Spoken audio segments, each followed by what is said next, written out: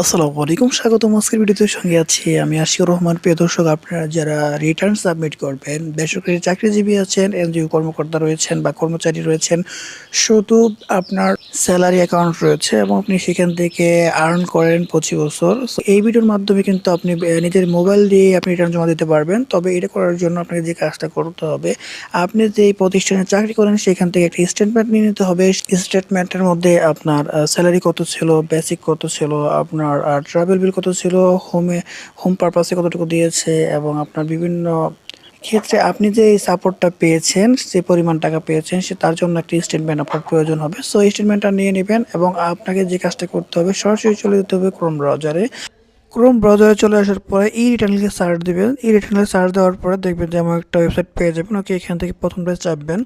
চাপার পরে এমন একটা পেজ ওপেন হবে। ওকে, এখান থেকে নিচের দিকে সোয়াইপ করে আসলে দেখবেন যে এখানে ই রিটার্ন নামে একটা সাইট রয়েছে। ওকে, এখানে চাপবেন। ওকে, এখানে চাপার পরে এখানে আই এম অলরেডি রেজিস্টার্ড নামে একটা অপশন রয়েছে, আর একটা হচ্ছে নট ইয়েট রেজিস্টার্ড। যদি আগে রেজিস্ট্রেশন করে থাকেন তাহলে আই এম অলরেডি রেজিস্টার্ড চাপবেন, আর না থাকলে তাহলে I am not yet registered, অর্থাৎ আপনাকে রেজিস্ট্রেশন করতে হবে, এখানে চাপতে হবে। সো আমার করা রয়েছে, এখান থেকে আই এম অলরেডি রেজিস্টার্ড এখানে চাপবো। এমন একটা পেজ ওপেন হবে, এখানে টিন নাম্বার দিতে হবে, পাসওয়ার্ড দিতে হবে, এইখানে একটা ক্যাপচার থাকবে, সেটাকে হুবহু কপি করতে হবে।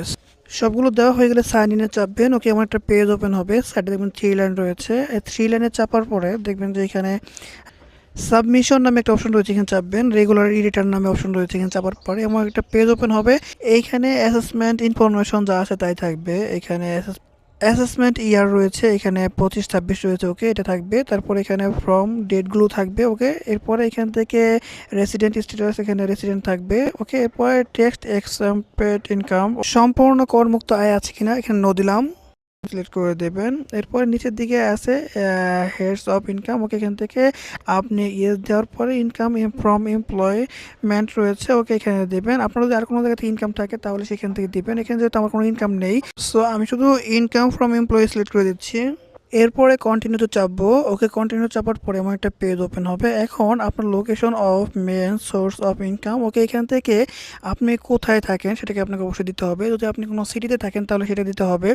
আর ঢাকা নর্থ সিটি আছে, সাউথ সিটি আছে, অন্যান্য চট্টগ্রাম সিটি রয়েছে। এছাড়া আদার্স সিটি কর্পোরেশন থাকলে সেগুলো দেবেন, আর এমনি অন্য এরিয়া থাকলে সেটা দেবেন। আমার যেহেতু আদার্স সিটি কর্পোরেশন, ওকে, সেটা দিয়ে দিলাম। এখানে ওয়ার ফ্রিডম ফাইটারের একটা অপশন রয়েছে। যদি আপনি মুক্তিযোদ্ধা হয়ে থাকেন তাহলে এখানে এটা সিলেক্ট করে দিবেন, আর যদি প্রতিবন্ধী থাকেন তাহলে সেটার জন্য পারসন উইথ ডিসেবিলিটি এটা সিলেক্ট করে দিবেন। আর নিচে যেটা রয়েছে এটা হচ্ছে মূলত যদি প্রতিবন্ধী বাবা মা হয়ে থাকেন, সুবিধা ভোগ করে থাকেন, তাহলে আপনি এটাকে সিলেক্ট করে দিবেন।